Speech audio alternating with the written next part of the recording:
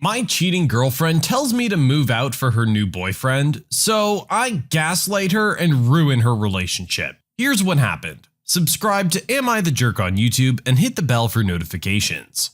I did this to an ex who asked me to move out while she was on a work trip and told me she was coming back with her new boyfriend. We were still together when she left. I got these little noisemakers, battery-powered ones, the size of a quarter, that emit sound at just the right volume that you aren't sure if you really heard it. It was so quiet that you could be sitting in an average-sized room, and while one can barely hear it, the other wouldn't hear a thing. They lasted ages and fit perfectly in light fixtures and in wall outlets. I got a box of 20 of them for like $100 on eBay and got so creative all over the house, her car. I even hid them in a boat her father got her, with a rich family she grew up sailing. Now, these little buggers make a noise at completely random intervals. Could be minutes, could be hours, could be a whole day off. They cycle noises like children laughing, a dying breath as they call it, a whistle, scratching noises, some other ones I can't remember, but you get the idea. It was so unpredictable, it was near impossible for someone to just figure it out.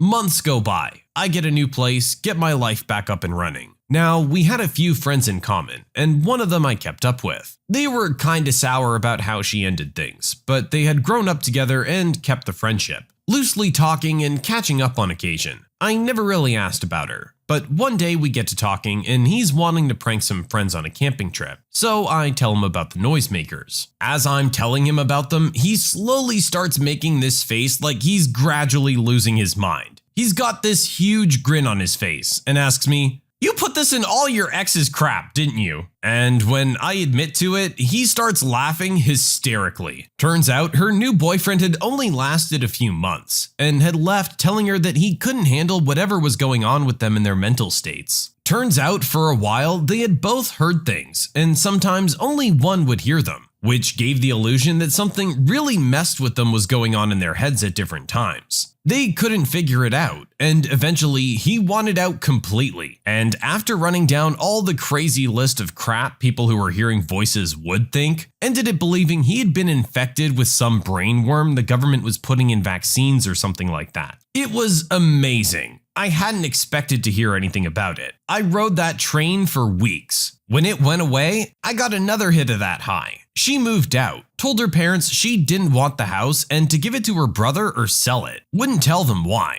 I always tell people who ask about her that I hold no grudge, and don't tell them the part where I totally screwed with her so bad, I overshot the got her backstage and hit the blissful state of satisfied with my work. My wife knows this story by heart because it's one of her favorite ones to tell. Sometimes I wonder if I went too far, but hey, one jerk move deserves another. I mean, that was a pretty crappy move that she pulled on you, but what you did went above and beyond. I believe you that you didn't intend for it to go this far, but man, I sure would have been happy when I heard the news. Those are better results than you ever could have hoped for. Personally, I don't think you went too far at all. You played a harmless prank that got a little out of control, but not by your own doing by any means. I'm gonna have to look into these little noisemakers. I can think of a few people that deserve this treatment.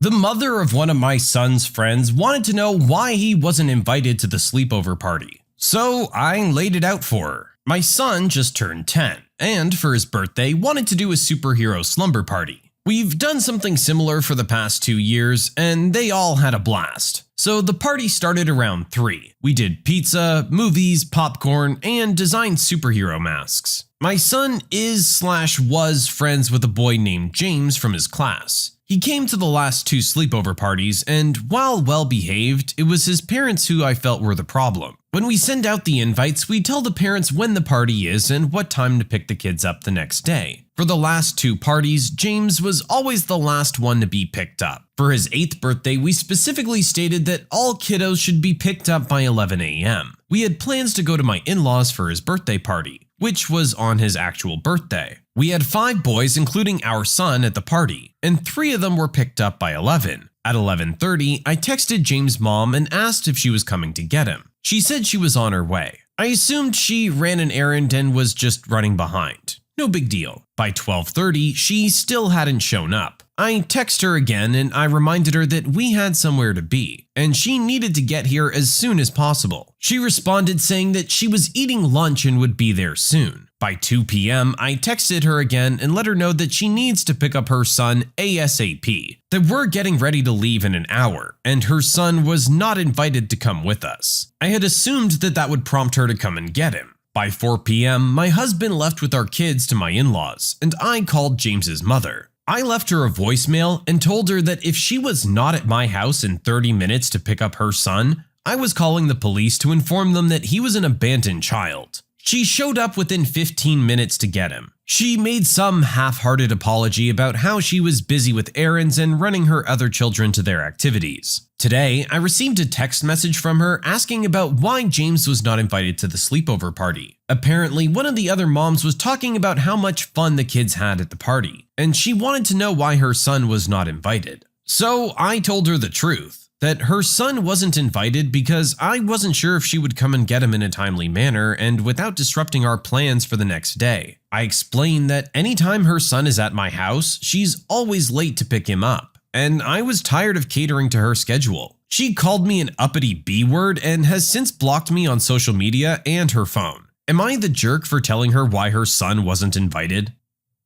I mean, she asked, you answered. Surely she must have some kind of understanding as to the reason though after you threatened to call the police last time she didn't come to pick up her kid. What really sucks most about this story is that it's Jason that suffers the most. He just wants to hang out with his friends and go to the fun sleepover, and he doesn't get to because his mom just can't get her act together and pick him up in a timely manner. I don't really blame our original poster for not inviting him if that would have ruined all of their plans for the next day. Jason's mom just needs to get it together and respect other people's time.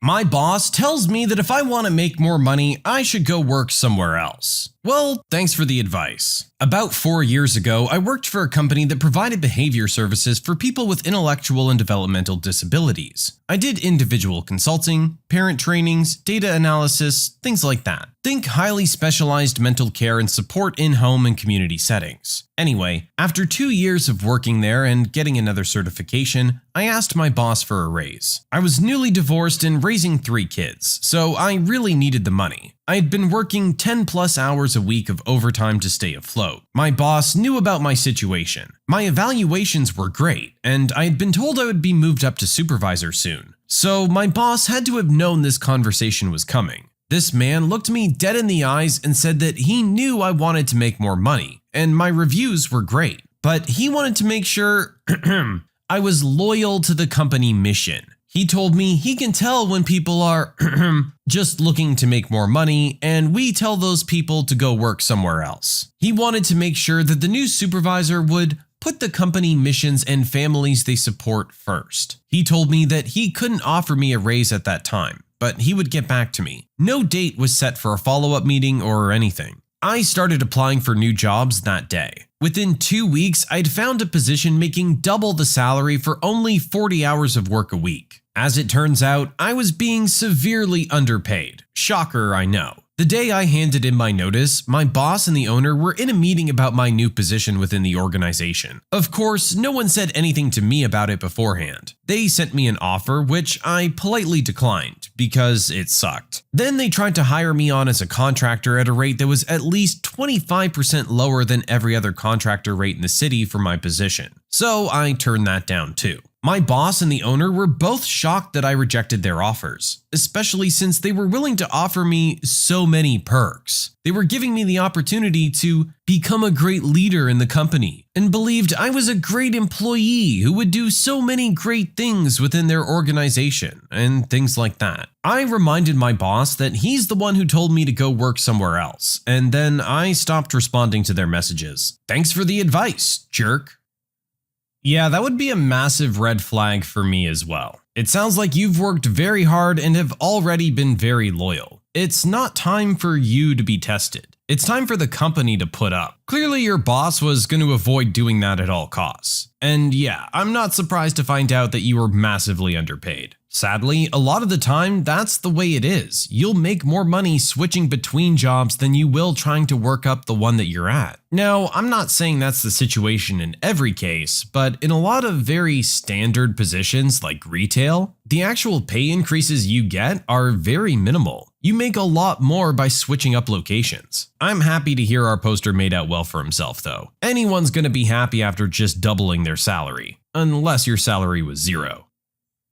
Today, I discovered that my 1-year-old is smarter than most of the people that call me for tech support. I spent 3 crappy years working in a call center, 2 of which I was roped into acting as tech support, despite the fact that I'd originally been hired to sell insurance. The calls I got made me weep for humanity. After my son was born, I decided not to return from maternity leave. I just couldn't handle staying up all night with a screaming newborn and then coming into work and calmly asking people how the heck they can't see the huge red create an icon button smack dab in the middle of the page. But they're able to find our phone number in tiny font up in the corner to call and demand that we do it for them. Well, you guys, my baby's now a toddler and I just had that misty-eyed, hand-on-heart proud parent moment that you always hear about. My son was playing with his brilliant baby laptop, which is basically a bright plastic clamshell that plays music when the baby mashes the keyboard. Suddenly, the music stopped. The baby was confused. Further button mashing had no effect. I watched from the sofa as my son frowned, experimentally smashing the buttons harder. Then, I looked on in amazement and pride as he turned it off and on again. "Welcome," it announced,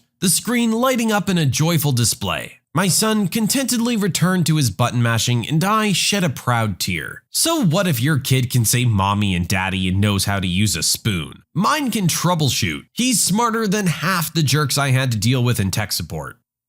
This is definitely a moment you're gonna look back on as a parent. It's gonna be their wedding day, their graduation, and the day they learn that turning a laptop off and back on again will fix 95% of the problems you're having. As someone who used to work in a PC specialized electronics store, trust me, this one hits close to home. It's ridiculous some of the problems that you have to deal with, and a lot of the time they just want you to do it for them. That's not why I'm here. My mother-in-law went to a lot of effort to make me a really nice vegetarian meal, but I secretly ordered chicken wings instead. I'm currently pregnant and have been experiencing some really strange cravings lately. Before meeting my husband, I grew up non-vegetarian, but I made the switch to vegetarian after we got together. My husband and his entire family are strict vegetarians. Recently, my mother-in-law came to stay with us to help out when the baby's born. 2 days ago, she went out of her way to prepare a special meal for me, and I truly appreciated her effort and the thoughtfulness behind it. I ate everything she had made and complimented her cooking. However, throughout the entire meal, I couldn't help but think about chicken wings. The craving was overwhelming, and after lunch, I ordered some chicken wings for myself and disposed of the waste in the kitchen bin, completely forgetting that my mother-in-law would see it when she used the bin. Later that evening, she found the wrappers and confronted me about it. She was visibly upset and felt hurt, believing that I didn't like her food and that I preferred ordering out. I tried to explain that it was just a pregnancy craving and not a reflection of her cooking, but she was deeply hurt and disappointed. Now my mother-in-law is being distant and is avoiding me, and my husband is being neutral. He did express he was upset I ate chicken as we are vegetarians, but he's not picking a side and told me that he's staying out of it. I'm on maternity leave, so I'm with my mother-in-law all day. My husband is on call most days, and when he is at home, he's mostly asleep. I'm not sure if I'm the jerk or what to do to fix the situation, and I genuinely have nothing against her cooking. I just had a craving, and I didn't think this would still be awkward 2 days later. I thought it would just blow over. I can't really say you're being a jerk for falling victim to a pregnancy craving. I'm sure a lot of women in your position have the same thing happen, where they're vegetarian and they get cravings during pregnancy that they just can't help but give into. I really don't think it's anything that you should be held accountable for. If your family is that strict about being vegetarian, I'm sure you're going to make the switch back afterwards. You might not even have another craving, who knows? It might have just been a one-time thing. I told my ex-husband he's not allowed to attend our child's birthday party. I, 34-year-old female, and my ex-husband, 36-year-old male, divorced 2 years ago due to differences we weren't able to reconcile. We share custody of our 7-year-old daughter, Lily, and have managed to maintain a relatively civil co-parenting relationship. However, things recently took a turn for the worse. Last week, Lily turned 8, and I decided to throw her a birthday party at our home. I'd planned the event meticulously, inviting Lily's friends, our family members, and a few close neighbors. I wanted it to be a special day for her. However, when I sent out the invitation to my ex-husband, I specifically mentioned he would not be able to bring his girlfriend. Now, my reasoning behind this decision is that my ex-husband has been dating someone new for the past 6 months, and Lily hasn't had much interaction with her. I didn't think it was appropriate to have a stranger present at her birthday party, especially since my ex-husband and I agreed to introduce new partners to Lily gradually. My ex-husband, upon receiving the invitation, immediately called me, furious and demanding an explanation. He accused me of trying to exclude him from Lily's life and claimed that he had every right to be there for her special day. He argued that his girlfriend had already met Lily on a few occasions and saw no issue with her attending the party. Naturally, this turned into a heated argument, with both of us standing our ground. I firmly stated that I didn't think it was fair to Lily to have a stranger present, regardless of a few brief meetings. My ex-husband insisted that he had just as much right to be there as I did, and accused me of being spiteful and controlling. The argument escalated, and we ended up involving our respective families, who took sides and added fuel to the fire. Some of my family members supported my decision, claiming that Lily's birthday should be about her and her closest loved ones. However, my ex-husband's family argued that he should be allowed to attend and that his girlfriend was an important part of his life. Therefore, she should be included. We couldn't reach a compromise, and in the end, my husband threatened legal action if I didn't allow him to attend the party. This left me feeling torn between wanting to make Lily happy and not wanting to escalate the situation further. Am I the jerk for excluding my ex-husband from our daughter's birthday party?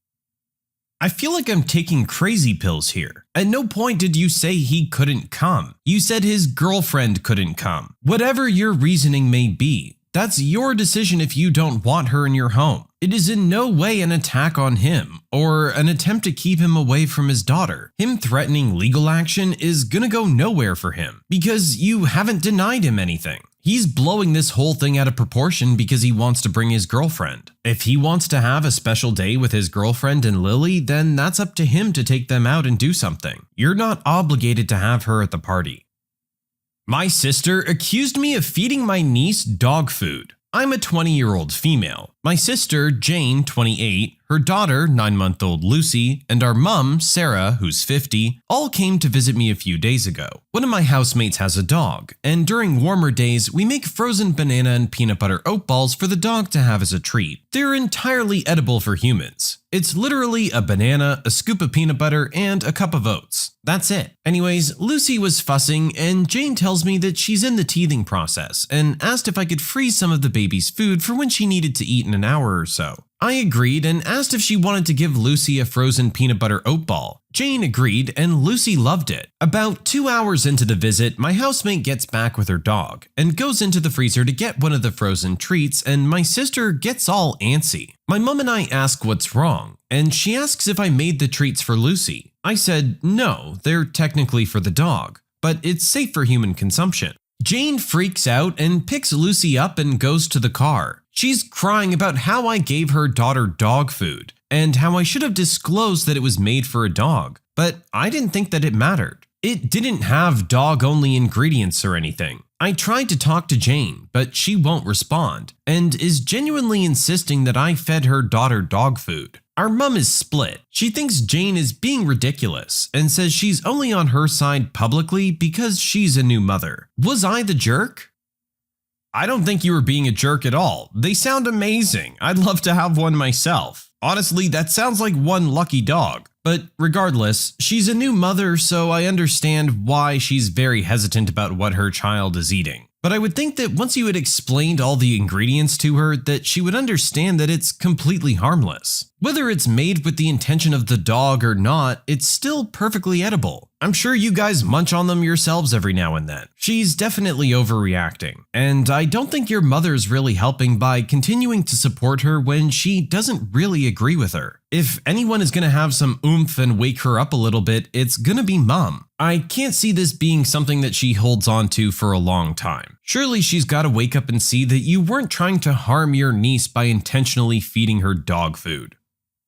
When you subscribe, make sure to hit the bell to turn on notifications. Put the playlist on in the background to finish listening to all the stories, linked at the top of the description. And if you like Am I the Jerk, give Am I the Genius a shot, linked in the description as well. Either way, thanks a lot for watching, and we'll see you guys next time.